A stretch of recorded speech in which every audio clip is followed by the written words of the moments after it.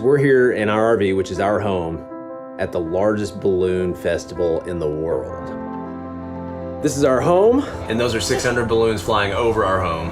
Balloons, our RV. When you picture the American dream, what comes to mind? Is that the life you want?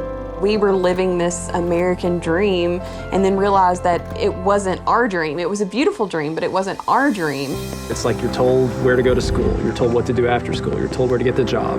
You make the money, your kids go to school, and the process just keeps going and going. It's just hard to have time to sit back and say, what's most important to me? What does freedom really look like for me?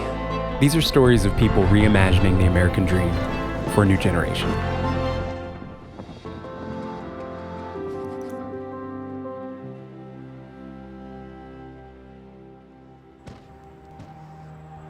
We saw him painting the house like it was that original brick over there, and I was like, you can't do that. You gotta leave the original brick, but she did good.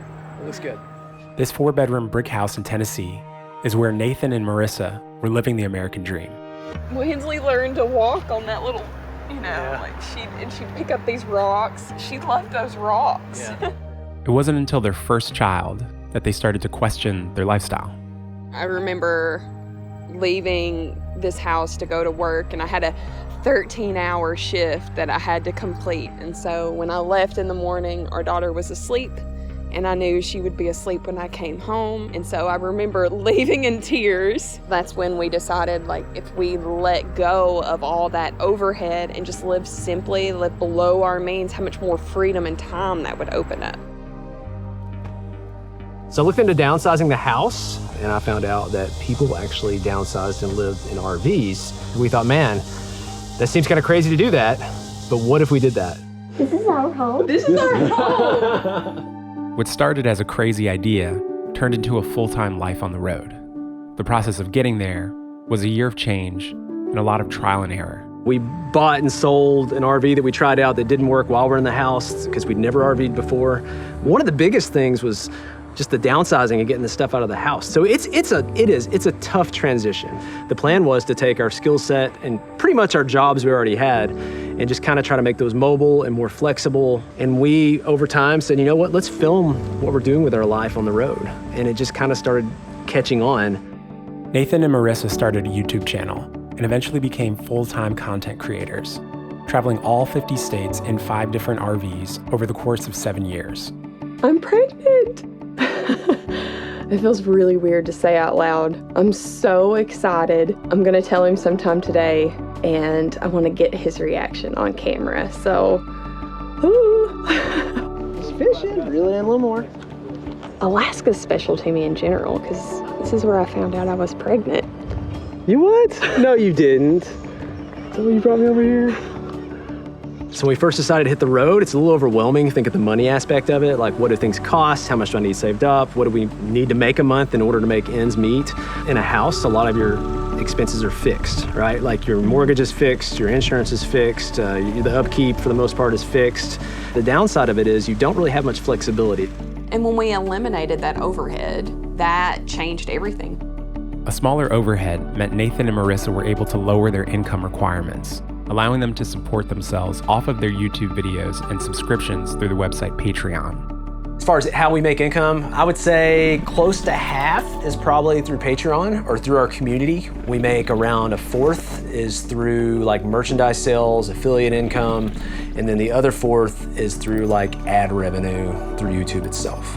What is cool about RVing is we can travel and move a lot and spend a lot, but if times are getting slower and our income isn't coming in as much, we can slow down, we can change that pace. Solving how to make an income on the road is just one of the many other challenges Nathan and Marissa work through every day. Homeschooling was never an adventure I thought I would be on. We kind of do a combination of life as school, but we do have physical books and a plan because that fits my personality as a teacher and that fits her learning path as well. Sometimes that can be challenging to be a mom role and a teacher role, but also at the same time, like it's so rewarding to see that light bulb go off in their head. Isn't that incredible? This is a rainbow eucalyptus. Look at these colors. We can use nature as our school book, and that was just something we didn't even know existed until we did this lifestyle. Homeschooling isn't the only challenge. We always say this lifestyle magnifies your personality, good and bad. In an RV, you're still probably in the same room while you're mad, and it's either really awkward or you got to figure out how to work through it, because you're gonna see each other. There's not much you can do.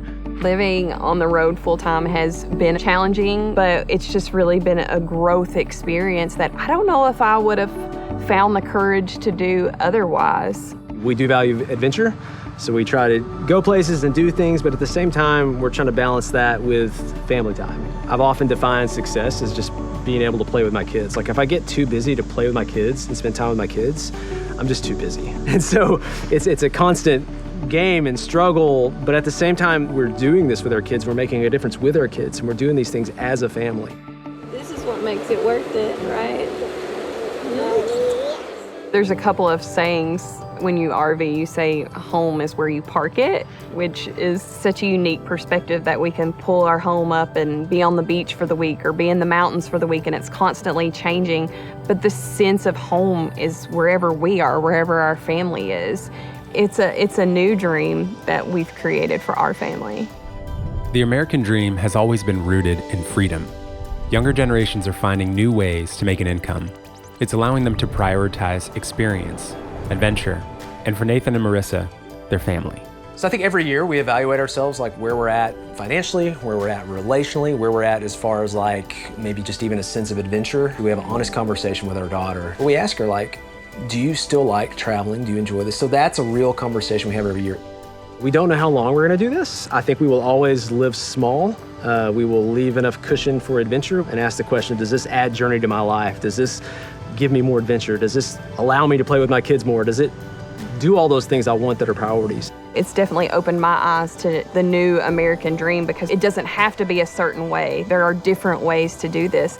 We wanted to make an impact on the world. And if you can combine making an impact with making an income, that was our American dream.